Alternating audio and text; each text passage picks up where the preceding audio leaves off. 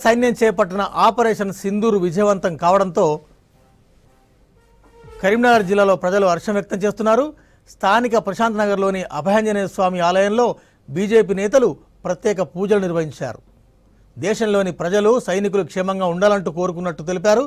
అమాయకుల ప్రాణాలు తీసిన పాక్పై ప్రతీకారం తీర్చుకోవడం గర్వకారణమంటున్నారు అక్కడి నేతలు.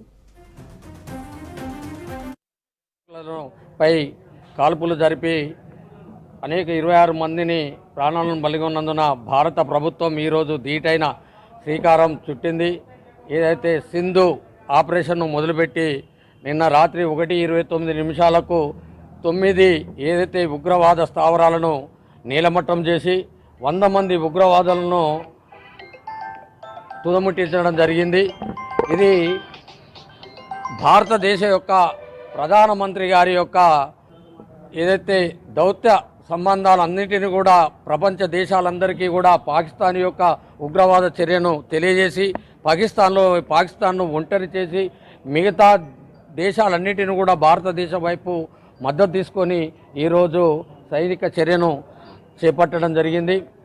ఆ సైనిక చర్య ఏదైతే పాకిస్తాన్లో ఉన్న ప్రజలకు కానీ అక్కడ ఉన్నటువంటి సైనికులు కానీ ఎటువంటి ప్రాణహాని నష్టం జరగకుండా ఉగ్రవాద స్థావరాలనే టార్గెట్ చేసుకొని 100 మంది ఉగ్రవాదులను మట్టుబెట్టడం జరిగింది. ఇది ఒక భారత ప్రధాని యొక్క గొప్పతనం.